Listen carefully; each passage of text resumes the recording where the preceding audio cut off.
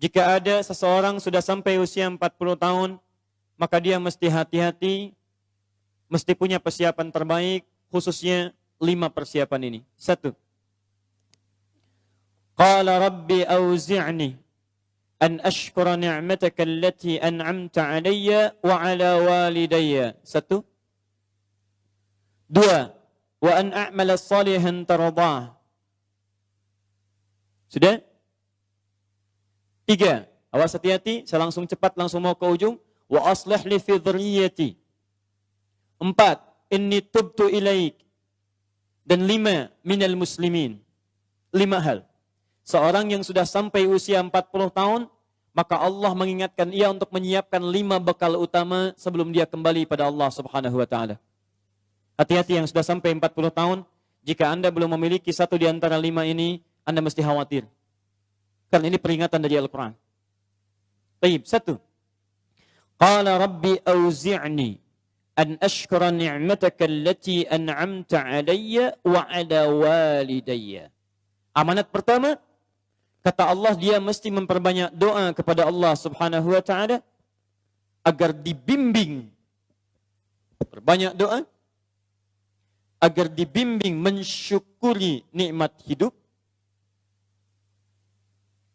plus bisa meningkatkan bakti pada orang tua. 1. Awas, hati-hati ya. Mohon izin saya pelankan. Sebentar, saya mau minta izin dulu. Pak, boleh saya lebih dari 5 menit?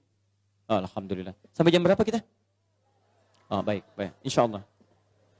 Ya, insya Allah. Saya jam 9 pulang, Anda sampai jam 12, silakan. Bismillah. Ayo, yang tadi itu masih pengantar ya. Ini inti yang paling pentingnya sesuai dengan tema kita. Lihat baik-baik. 1. Rabbi auzi'ni an ashkura ni'mataka allati an'amta 'alayya wa 'ala walidayya. Perhatikan baik-baik. Ya Allah, mohon bimbing saya untuk selalu bisa mensyukuri segala nikmat yang telah Engkau berikan pada saya sekarang. 1. Dan pada kedua orang tua saya. Baik, jadi kalau sudah sampai usia 40 tahun, pertama, Anda memohon doa kepada Allah untuk dibimbing terus bersyukur kepada Allah. Ini yang mau saya tegaskan. Lihat baik-baik. Apa itu syukur? Tidak ada makna lain dari syukur yang tertuang dalam Al-Quran dan hadis kecuali ungkapan kebahagiaan atas nikmat yang Allah berikan kepada kita dengan cara menggunakan nikmat itu sesuai dengan fungsi yang telah Allah tetapkan. Misal, kita akan bersyukur dengan nikmat penglihatan mata. Anda diberikan 40 tahun dalam hidup, mata masih bisa melihat. Bagaimana mensyukuri nikmat mata?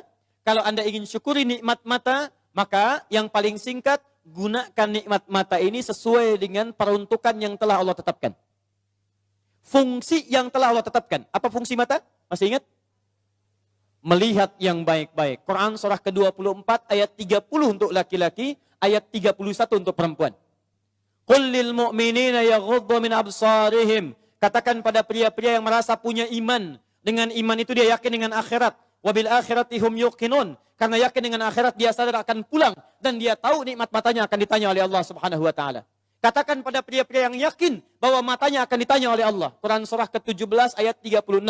Inna sam'a wal basara wal fuada kullu ulaika kana anhu mas'ula. Setiap pendengaran Anda, penglihatan Anda, plus apa yang Anda fikirkan, satu saat akan ditanya, dipertanggungjawabkan di hadapan Allah Subhanahu wa ta'ala. Karena itu kata Allah, katakan pada orang-orang yang yakin dengan itu semua, ghuddu min absarihim, matanya hanya boleh melihat yang baik-baik saja. Yang tidak baik, palingkan. Ibu juga sama, ayat 31-nya. Wa kullil mu'minati yaghdudna min absarihinna. Katakan pada perempuan yang merasa yakin dengan Allah, yakin akan pulang, yakin akan ditanya, matanya hanya boleh melihat yang baik-baik saja menurut Allah. Yang tidak baik, palingkan. Di ghaddul basar itu bukan nggak boleh lihat, Pak. Ghaddul basar itu silahkan lihat. Tapi ketika yang dilihat tidak baik menurut Allah, maka palingkan dari itu semua. Ini tidak tepat, teman-teman sekalian. Anda hanya mengucapkan Alhamdulillah ya, sampai sekarang penglihatan masih baik. Belum cukup. Baik itu dipakai lihat apa? Penglihatannya baik. Tapi masalahnya yang dilihat baik tidak. Itu poinnya. Maaf, ada anak usia 4 tahun, Bu. tidak bisa melihat. Dalam tidak bisa melihatnya, dia masih mau menghafal Al-Quran. Namanya Mu'adh. Tinggalnya di Asyut. Adanya di Kaira. Negaranya Mesir. Matanya nggak bisa lihat. Tapi dia sampaikan pada bapaknya, "Pak, saya ingin menghafal Quran. Saya ingin menghafal Quran." Kata bapaknya, "Kamu yakin?" "Saya yakin." Baik, keluarga sederhana. Punya cuman motor yang sangat luar biasa tidak bagusnya. Dimodifikasi dashboardnya, menempuh jarak kisaran 20 km. Datang pada syekhnya. Bapaknya kemudian membonceng. Mu'adznya di belakang. Teman-teman sekalian, setiap berangkat datang pada syekh, dapat hafalan baru, bapaknya tulis ayatnya. Disimpan di dashboardnya. Di jalan lihat ke sini, lihat ke jalan. Lihat ke sini, lihat ke jalan. Mu'adz bacakan ayatnya, bapaknya mendengarnya. Secara singkat, tiba-tiba setelah itu, fasenya berakhir, jadilah anak ini hafal Quran. Yang ngantar belum hafal Quran, yang diantar nggak bisa lihat, hafal Quran. Saking mudahnya Al-Quran, yang nggak bisa lihat, bisa hafal Quran. Tapi bapaknya dapat pahala dari transferan anaknya. Perhatikan baik-baik.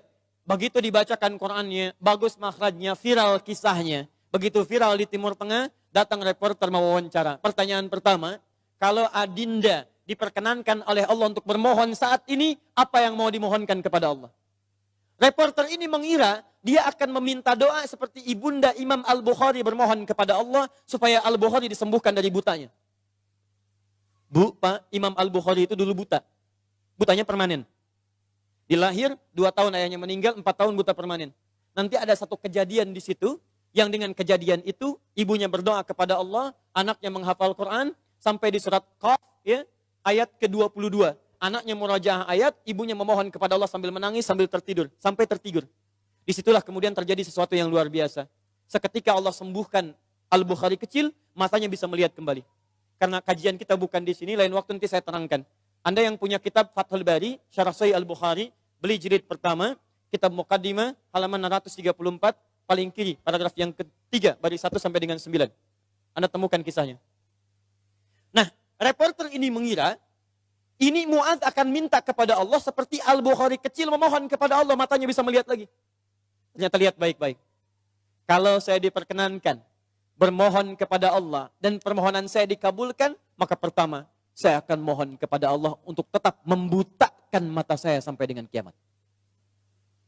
Ya Rabb, mohon butakan mata saya sampai kiamat. Karena dengan buta mata ini saya bisa menghafal Quran. Saya takut ya Allah, kalau saya melihat lagi, mata saya melihat maksiat dan hilang Quran dari hafalan saya. Anda bisa bayangkan, anak kecil 4 tahun, mata nggak bisa lihat, digunakan menghafal Quran. Dan dia takut kalau melihat matanya dipakai maksiat. Antum dikasih 40 tahun. 40 tahun. Lebih daripada 4 tahun. Lebih dari 14 tahun. Anda sampai 40 tahun. Dipakai mata. Dipakai apa mata Anda sampai dengan hari ini? Berapa maksiat yang telah Anda kumpulkan dari mata Anda itu? Mungkin wajar. Jangankan hafal. Baca masih sulit. Lihat mushaf masih enggan. Membaca masih susah. Kalau Anda sulit berhadapan dengan Al-Quran dalam pandangan Anda, tanyakan pada diri Anda, dipakai maksiat apa mata ini selama ini? Makanya ulama mengatakan, kalau mata Anda sulit melihat mushaf, jangan dulu dibaca. Bawa mushaf yang paling besar, simpan di ruang tengah Anda, bangun malam-malam jam 2, gak usah dibaca. Lihat mushaf, lu sampaikan pada diri Anda, ya Allah, dosa apa, maksiat apa mata saya sampai lihat mushaf pun gak bisa. Anda mesti hati-hati. Dan Anda berlomba dengan itu. Demi Allah saya katakan, saya kunjungi beberapa tempat di Indonesia. Dan luar biasa. Anak-anak sekarang 4 tahun, 5 tahun, 6 tahun sudah berlomba menghafal Quran. Saya dapat kunjungan anak dari Bali. Kemarin Bu, dari Bali datang. Anak TK.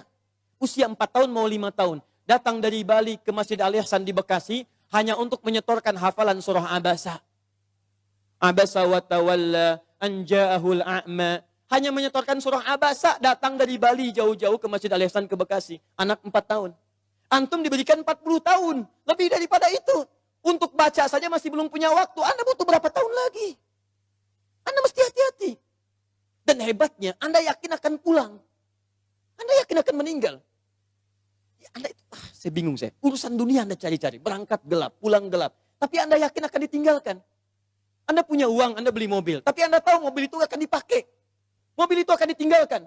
Anda punya uang bikin rumah bagus-bagus, luas-luas, mewah-mewah. Tapi Anda sadar akan meninggal itu akan ditinggalkan. Meninggal dunia, semua dunia ditinggalkan. Pertanyaan saya, apa yang Anda bawa pulang saat kembali kepada Allah? Mu'adz belum selesai. Perhatikan bagian kedua. Dan ini bagian penutup dari kalimat Mu'adz. Wallahi, kalau saya diperkenankan memohon kepada Allah dan dikabulkan doa saya sekarang, maka saya mohon kepada Allah yang kedua. Lihat permohonannya.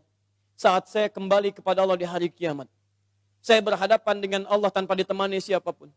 Tidak ada ayah saya yang biasa mengantar saya untuk hafalan Quran. Tidak ada ibu yang melahirkan saya. Tidak ada kakak dan adik saya. Saya akan berhadapan dengan Allah sendirian. Tangan saya gemetar. Kaki saya gemetar. Dan saya akan katakan di hadapan Allah pada saat itu, Ya Rab, Ya Rab, khaffif Ya Rab hisabi. Ya Allah, mohon ringankan hisab saya saat ini ya Allah. Saya sudah berusaha menghafal Quran. Saya sudah bisa datang ke sini membawa hafalan Quran. Kalau dengan semua bekal itu belum layak mendapatkan ridhamu untuk masuk ke surga, mohon kurangi hukuman saya di neraka. Anak 4 tahun, dia belum baligh, mata buta, dia berusaha menghafal Quran. Dia masih berkata, kalau saya di hari kiamat kurang bekal ya Allah, saya sudah mencoba menghafal Quran. Tolong kurangi siksaan saya kalaupun saya masih disiksa dengan Quran yang telah saya bawa ini. Pertanyaan saya, Anda yang diberikan 40 tahun sampai dengan hari ini, berapa bekal yang sudah Anda kumpulkan?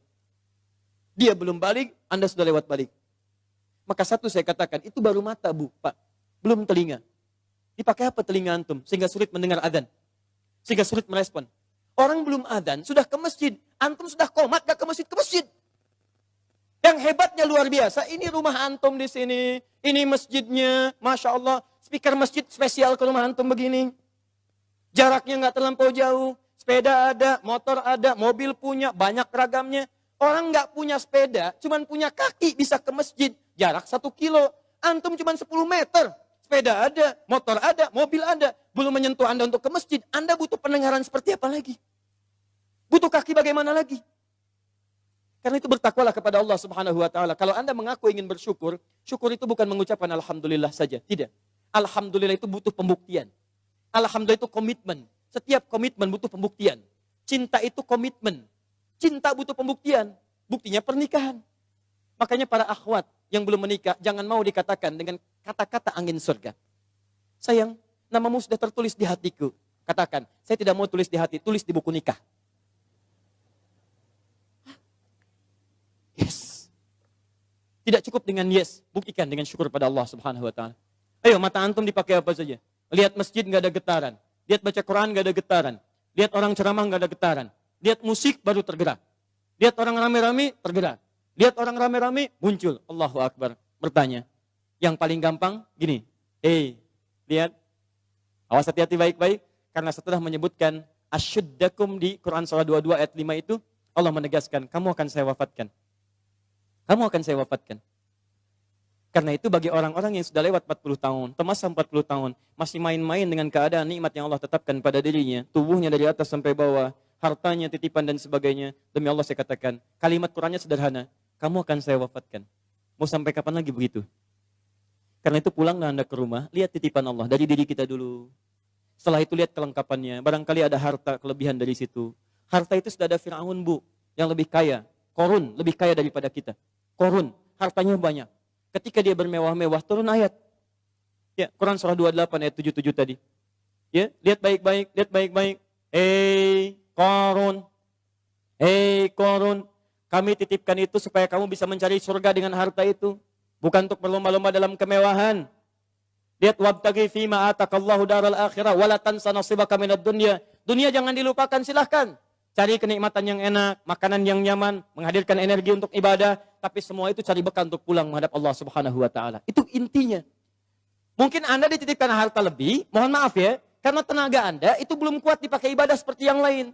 Yang lain itu karena saking tidak punyanya menurut Anda, saking tidak adanya menurut Anda, makanya rajin puasa. Jangankan Senin, Kamis dikejar. Jangankan Senin, Kamis, ayamul bid diburu. Jangankan ayamul bid, puasa Daud diikuti, saking nggak adanya. Antum itu tahajud sudah susah. Senin Kamis nunggunya Ramadan saja. Masya Allah. Makanya dikasih kelebihan oleh Allah. Supaya Anda dengan itu ada zakat lebih. Ada infak lebih. Ada sedekah lebih. Itulah surga yang bisa kita raih. Dicontohkan kemudian ada Uthman bin Affan radhiyallahu ta'ala anhu. Ada Abdurrahman bin Auf radhiyallahu ta'ala anhu. Ada Abu Bakar As-Siddiq. Bagaimana mereka menggunakan hartanya dalam kebaikan. Turun peringatan alhaakumut takatsur.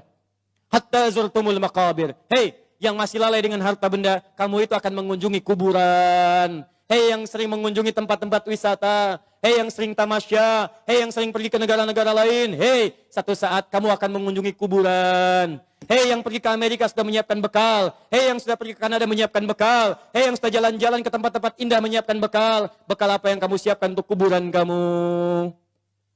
Itu yang harus dilihat. Itu poinnya. Jadi kalau anak kecil saja paham, masa antum yang lebih 40 tahun gak paham dengan ini? Syukur. Ayo pulang, lihat kedudukan, pengetahuan. Hei para ustadz, hei yang para pengajar, apa masih mau mencari amplop saat mengajar? Apa masih mau mencari popularitas saat mengajar? Apa hanya memperdulikan jamaah banyak saja saat mengajar? Kamu itu akan wafat dan kamu termasuk golongan yang ditanya oleh Allah Subhanahu wa taala. Mau sampai kapan ribut-ribut? Mau sampai kapan saling mencela? Mau sampai kapan merasa diri paling benar? Mau sampai kapan gila popularitas? Mau sampai kapan mencari amplop? Kamu akan wafat hatta zurtumul maqabir. Dan kamu yang dihisab pertama kali dalam kalangan oleh Allah Subhanahu wa taala. Hei orang-orang yang punya kedudukan, kami akan tukar kedudukan. Kamu sekarang di atas, besok kamu akan berpulang. Quran surah 3 ayat ke-28, 26 sampai 28. 26-nya sampai 27-nya. Qulillahumma malikal mulki, tu'til mulka man tasha wa tanzi'ul mulka mimman tasha. Hei yang mengaku punya kedudukan, hei yang berlomba-lomba dalam kampanye. Kampanye apa yang mau kamu raih? Saat kamu ada di atas, saya wafatkan apa yang sudah kamu siapkan kembali pada Allah Subhanahu wa taala. Kembali. Syukur. Lihat, ini baru bagian pertama, baru setengah dari nomor 1. Keduanya, ini yang paling hebat. Awas hati-hati betul ya. Allah menyandingkan nikmat syukur dalam diri kita dengan bagian kelengkapan kedua, yang ini. Awas, lihat baik-baik, perhatikan baik-baik ya. Fokus betul. Mudah bagi Allah untuk mengatakan kalimat ini. Misal, di luar Quran. Rabbi auzi'ni an ashkura ni'mataka allati an'amta alayya. Cukup. Tapi kenapa muncul kalimat walidayya? Bagi kedua orang tua. Karena ternyata Masya Allah, Allah memberikan isyarat tajam di ayat ini dan didetilkan di ayat-ayat yang lainnya. Karena ternyata Anda bisa tegak 40 tahun. Bisa sukses dalam kehidupan. Bisa kuat nalar Anda dalam pendidikan, kepintaran dan sebagainya. Ternyata Anda tidak berdiri sendiri. Ada yang memberikan asinya kepada Anda. Ada yang memberikan peluh keringatnya untuk kesuksesan Anda. Ada yang memberikan topangan bahunya, tangannya, kakinya untuk kehebatan Anda. Ada yang menghilangkan waktu malamnya untuk menjaga Anda. Ada yang menghilangkan malunya untuk bisa menjaga kenyamanan Anda. Siapa dia? Orang tua. Antum pernah dengar kisah Nabi Ismail? Ibu kenal Nabi Ismail? Kenal di mana? Siapa ibundanya Nabi Ismail? Sayyidah Hajar. Pertanyaan siapa? Pertanyaan saya, yang mencari air siapa? Hajar. Dari mana? Safa. Kemana? Marwah. Aktivitasnya disebut apa? Apa itu sa'i? Bukan, tidak usah mengarang. Sa'i bukan lari-lari kecil. Bukan. Asal katanya sa'i itu dari kata sa'ayas'a, usaha yang sangat serius. Gak pakai oh. Serius. Sungguh-sungguh. Very serious.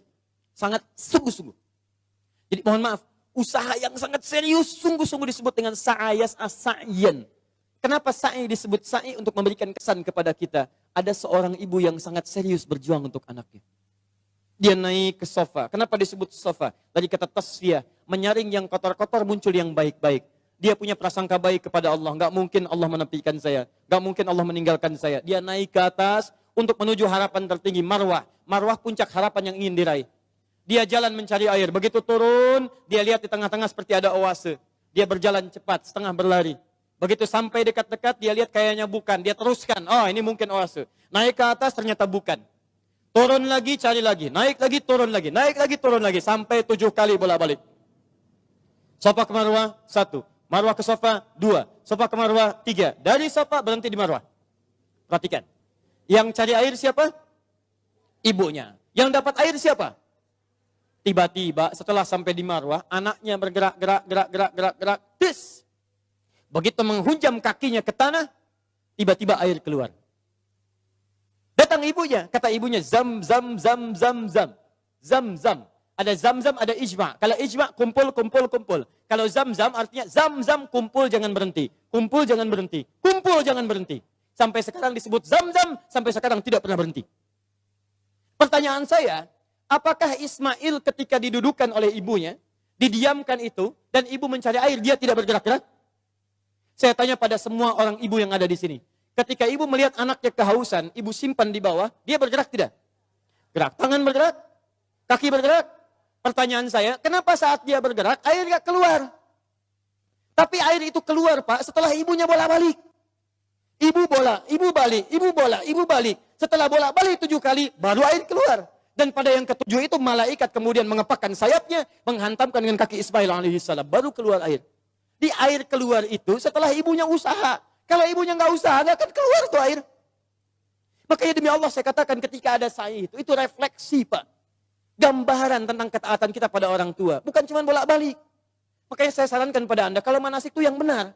Bukan cuma turun, naik. Sekarang ada yang waif. Rabbighfir warham, wa'fu wa takarram. Pindah kiri kalau capek.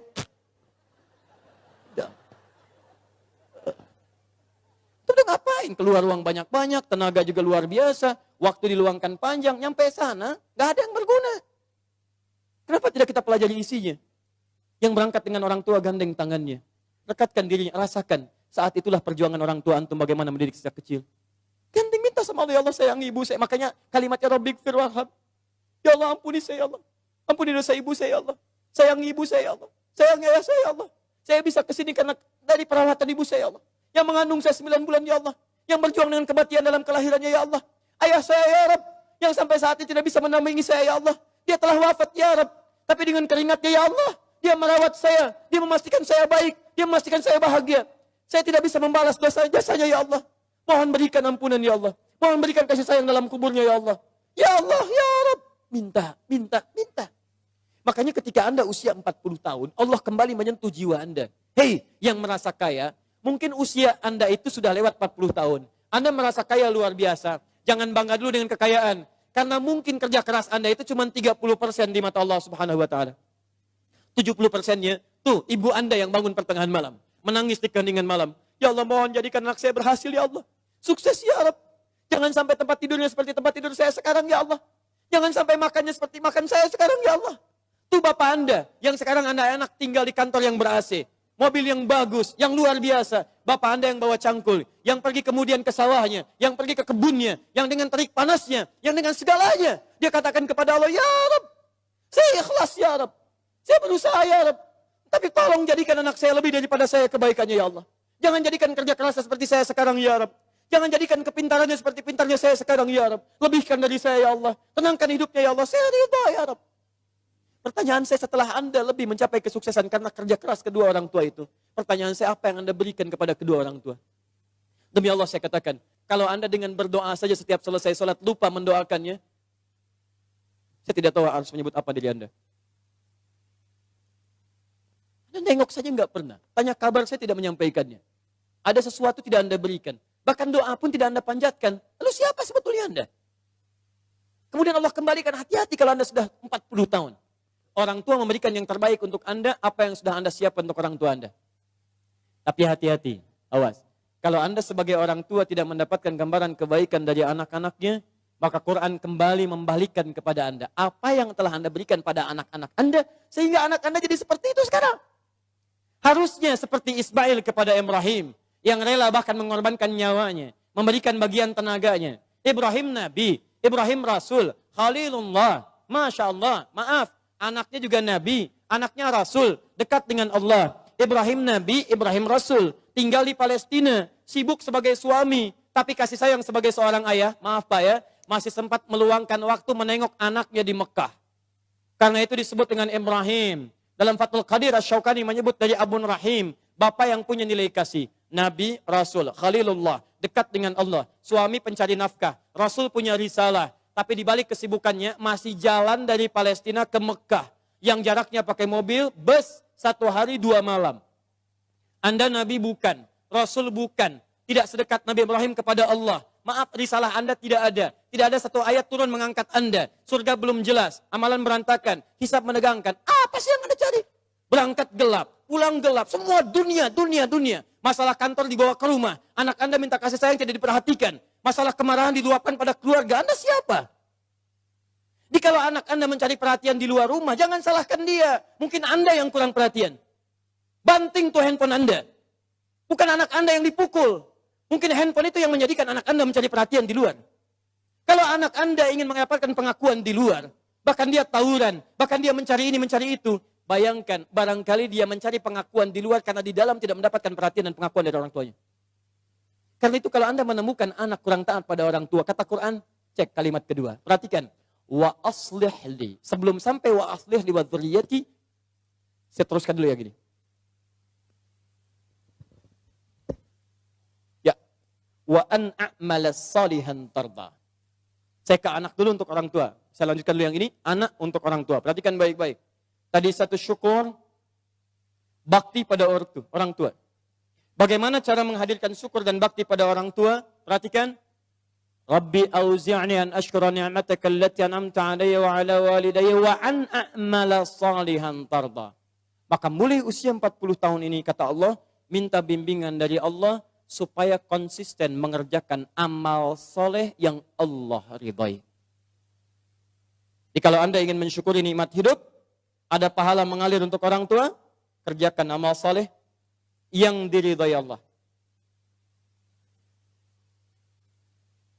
Ini. Wa an a'mala salihan tarda. Saya mau buat sebuah perbandingan. Ini hitungan kecil-kecilan yang pernah dilihat oleh beberapa pakar. Setengah hidup kita, ternyata kalau dilihat itu umumnya dipakai tidur. Tidur dari mulai dilahirkan, tidur siang, tidur malam, tidur macam-macam, itu umumnya dikalkulasi, pada umumnya walau tidak semua, itu setengah usia. Jadi kalau hari ini ada usia 40 tahun, yang dipakai tidur berapa tahun? Setengahnya, rata-rata 20 tahun. Setengahnya lagi beraktivitas, 20 tahun lagi, yang 20 tahun sisanya beraktivitas. Makannya, minumnya, gitu kan? Sholatnya, ngajinya, baik zakatnya, infaknya, plus maksiatnya. 20 tahun. Pertanyaan saya, mohon izin, maaf, dari 20 tahun ini yang kira-kira jadi amal soleh, berapa tahun? Atau singkatnya, yang jadi ibadah, berapa tahun? Jangan terlampau pesimis, ambil setengahnya. 10 tahun misal.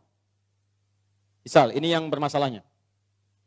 Baik, lihat, bermasalah itu bukan hanya dosa, yang terabaikan, yang nggak dipakai macam-macam, yang nonton, yang ini, yang itu, dan sebagainya. Sekarang lihat, dari 20 tahun ini, yang ibadah, yang kira-kira yang diterima sebagai amal soleh berapa tahun? Sudah pasti diterima belum? Syarat diterima apa? Ikhlas. Quran surah 98 ayat 5. Wa ma umiru illa liya'budullaha mukhlishina lahuddin. Jadi syarat ibadah menjadi syarat amal jadi soleh itu kalau ikhlas. Jadi kalau ada sekarang beramal 10 tahun, yang ikhlas berapa tahun?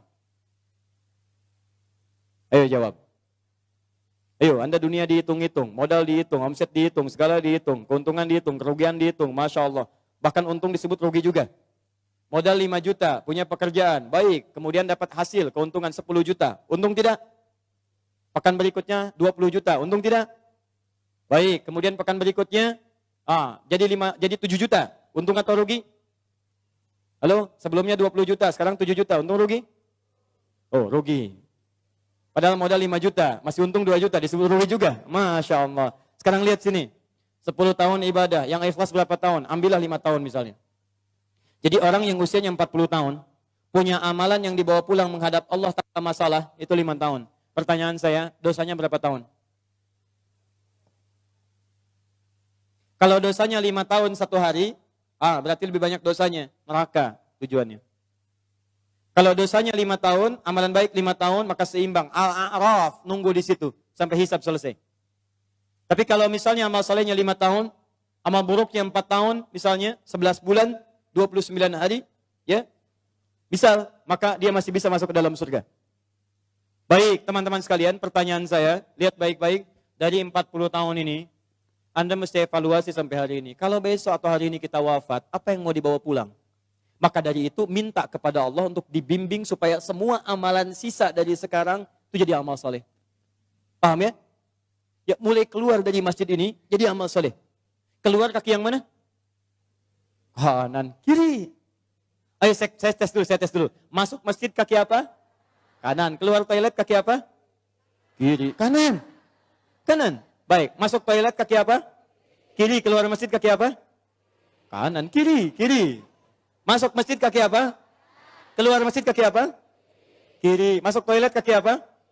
Keluar toilet?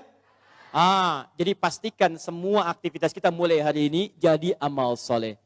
Kata Quran, hei, khawatirnya kamu wafat. Mulai, sudah usia 40 tahun, siap-siap. Semua kegiatan mesti jadi amal soleh. Baik, amal solehnya yang Allah ridai. Lihat sini. Ini ada minuman. Saya berikan pada satu orang misalnya. Misal saja. Misal. Amal soleh bukan? Allah ridai tidak? Belum tentu. Kalau tidak saya niatkan karena Allah, maka ini tidak menjadi amal soleh yang diridai.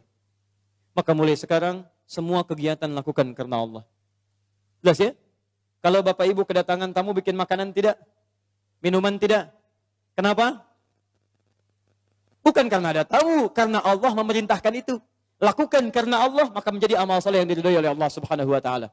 Maaf, keta'lim ini karena Allah bukan? Karena Allah bukan? Karena Allah bukan? Karena ustadznya atau karena Allah? Karena masjidnya atau karena Allah? Baik, kalau ustadznya nggak datang ridho tidak? Alhamdulillah, baik. Lain kali jangan marah sama DKM ya. Kalau ada pengajian ustadz dia tidak datang, jangan marah karena Anda datang ke sini karena Allah bukan karena ustadz. Paham? Alhamdulillah. Menikah dengan suami karena Allah bukan, Bu? Masya Allah. Kalau suami salah marah tidak? Marahnya karena Allah. Sudah. Baik, satu. Ini masih mau jam 9 sebentar lagi. Saya sempurnakan boleh? Saya mau tutup sebentar, agak cepat saja. Bagaimana cara mendapatkan amal soleh yang singkat, padat, hasilnya banyak? Rumus kedua. Anda kalau ingin beramal soleh, saya mau akhiri, saya punya 5 menit sampai jam 9.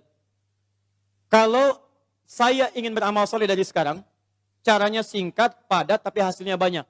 Bagaimana caranya? Satu, wa aslih li fi dzurniyyati. Ibu mesti memanfaatkan anak-anak keturunan, didik mereka dengan didikan yang menjadikan mereka soleh. Didik anak cucu keturunan kita jadi baik. Maka walaupun Anda wafat hari ini, kebaikan semua keturunan itu akan berpahala untuk Anda seluruhnya. Misal, maaf ya, misal. Salat amal soleh bukan? Baca Quran amal soleh bukan? Menghafal Quran amal soleh bukan? Kalau Anda sampai hari ini merasa misalnya, maaf, sholat belum bisa memaksimalkan sunnahnya, belum konsisten tahajudnya, belum konsisten amal solehnya, jarang ke masjid dengan maksimalnya, maka setidaknya jadikan anak-anak Anda bisa konsisten dengan itu semua. Ayo dorong mereka ke masjid. Ajarkan sholat-sholat sunnah. Ajarkan yang terbaik. Maaf, Anda sampai hari ini belum hafal Quran, tapi mohon, jangan sampai ada satu di keluarga Anda yang tidak bisa hafal Quran. Maka titipkan pahala kepada anak cucu Anda. Dari sekian anak cucu, satu mesti ada yang jadi ahli Quran. Ayo, bagaimana caranya? Cek lagi di mana Anda sekolahkan mereka. Katanya mau jadi ahli sholat. Katanya mau jadi ahli Quran. Tapi Anda sekolahkan di tempat yang tidak pernah mengajarkan sholat. Ya tidak nyambung. Anda sekolahkan di tempat yang tidak mengajarkan Quran. Yang nggak ada pahala buat Anda. Makanya kalau Anda berdoa dengan ayat ini, wa aslih li fi dzurriyyati, Anda mesti lihat lagi. Ayo kirimkan mereka pada tempat menghafal Quran. Kirimkan mereka pada tempat-tempat mengajarkan agama yang baik. Didik mereka dengan kebaikan. Ketika Anda wafat, maka semua yang keluar dari anak-anak itu, sepanjang karena didikan dan peran Anda, mengalir pahala untuk Anda. Contoh ya, ibu belum bisa bimbing baca Quran, carikan guru untuk mengajar anak Anda baca Quran. Begitu bisa baca, ibu dapat bagian pahala setiap hurufnya. At-Tirmidzi nomor hadis 2910. Man qara'a harfan min kitabillahi falahu asyru hasanat. Siapa yang baca Quran setiap hurufnya 10 kebaikan. Begitu anaknya baca dapat 10 dia. Misal alif lam mim. Berapa huruf? Berapa kebaikan? 30. Begitu dia baca alif lam mim dia dapat 30. Ibu yang fasilitasi plus ustadz yang mengajar, berlaku hadis riwayat Muslim. Hadis 1893. Lihat baik-baik. Man dalla ala khairin falahu ajruhu mithla ajri fa'ilih min ghairi an yankusa min ardi syai'. Siapa yang menunjukkan fasilitasi pada kebaikan dapat pahala yang sama dengan yang mengerjakan tanpa dikurangi sedikit pun. Ibu meninggal sekarang misalnya, Anak jadi ahli Quran, baca Quran, baca Quran. Setiap dia baca Quran, sepanjang Quran masih ada, anak masih hidup, setiap pahalanya mengalir untuk ibu. Walaupun ibu sudah tidak ada. Idza matal insanu inqata syairu amali. Ketika seorang manusia meninggal terputus semua amalnya. Illa min talas, kecuali 3 hal. Awas, sedekatin jariyah, sedekah jariyah. Sedekah jariyah itu sedekah kebaikan yang jariyah, pahalanya mengalir. Ibu punya modal berapa? 50.000, beli mushaf, simpan di Masjid Raya Pondok Indah. Simpan. Begitu ada yang orang baca Quran, modal cuma 50.000. Setiap dibaca, pahala mengalir untuk ibu. Ibu meninggal, mushaf pasti dibaca, pahala mengalir untuk ibu. Mengalir, mengalir, mengalir, mengalir. Setiap hurufnya 10 kebaikan. Dan saya katakan, hampir mustahil ada orang baca Quran, cuma sehuruf, mustahil. Nun. Sudah dulu, nggak ada. Punya si Fulan, pengen banyak pahala. Hari ini 10 aja ya. Masya Allah. Nggak ada Bu, Pak. Nggak ada. Minimal 19 huruf. Bismillahirrahmanirrahim. 19 huruf. 190 kebaikan. Apa ibu nggak mau dapat transferan itu Bu, Pak? Kalau nggak percaya silakan. Meninggal dulu, ntar baru tahu. Awas, hati-hati. Kita nggak bisa milih Bu. Kita nggak bisa milih. Anda bisa duluan, saya belakangan. Bisa. Atau bisa dibalik. Bisa Bu, bisa. Ya, silakan. Saya belakangan, Anda duluan. Atau Anda duluan, ya, atau saya duluan setelah Anda. Bisa. Jadi semua kemungkinan ada. Betul, semua kemungkinan ada. Kita nggak bisa milih. Tapi masalahnya ketika kita pulang, ada nggak bekal yang dibawa? Ayo rencanakan dari sekarang. Ya anak-anak dilihat lagi ya. Tidak lucu menurut saya kalau anak kita sekarang ya sulit baca Quran. Cucu tidak ada yang disiapkan, mesti ada. Setiap satu keluarga besar mesti ada satu ahli Quran. Saya kasih rahasia ya. Ini rahasia kedua untuk Anda saja hari ini. Kalau Anda punya anak ahli Quran, ini langsung berita Al-Quran ditegaskan dalam hadis. Dia akan diistimewakan oleh Allah. Masuk surganya, dia akan dihiasi. Quran surah 35 ayat 32 sampai 33, paling kiri sebelah atas. Yuhallawna fiha min asawir. Jadi begitu mau naik surga, Qurannya bilang Allahumma hallih, ya Allah hiasi dia. Maka dipakaikan kepadanya, fayulbasu ilaihi tajul karamah, dipakaikan mahkota kehormatan. Begitu dipakaikan, itu bapak ibunya dipanggil. Kalau dia beriman dan mengerjakan amal saleh. Dipanggil, diberikan mahkota tambahan, dipakaikan oleh anaknya di kepala kedua orang tuanya. Di hadapan semua makhluk pada saat itu. Yang sinarnya lebih terang dibandingkan sinar mentari yang masuk ke dalam rumah kita. Kemudian Qurannya mengatakan, Allahumma zid, ya Allah tambahkan. Bedakan dengan fasilitator. Fayulbasu ilaihi libasal karamah. Maka dipakaikan jubah kehormatan. Setelah dia pakai itu digandeng kedua orang tuanya, bahkan dengan kerabat-kerabatnya, dia pimpin masuk ke dalam surga keluarganya. Maka adalah Quran surah ke-52 ayat 21. Walladzina amanu wattaba'athum dzurriyyatuhum biimanin alhaqna bihim dzurriyyatahum. Orang tua yang beriman, anaknya beriman, semua beramal soleh, kami akan jadikan semua masuk surga beriringan. Makanya doa para penghafal Quran, salah satunya bisa membawa keluarganya masuk surga bersama-sama.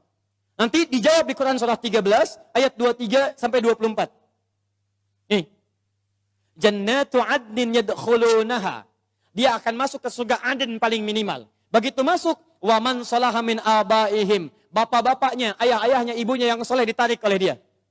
Wa azwajihim, pasangan-pasangannya. Jadi kalau istri yang hafal Quran, suami ditarik sepanjang dia soleh. Kalau suami yang hafal Quran, istri ditarik.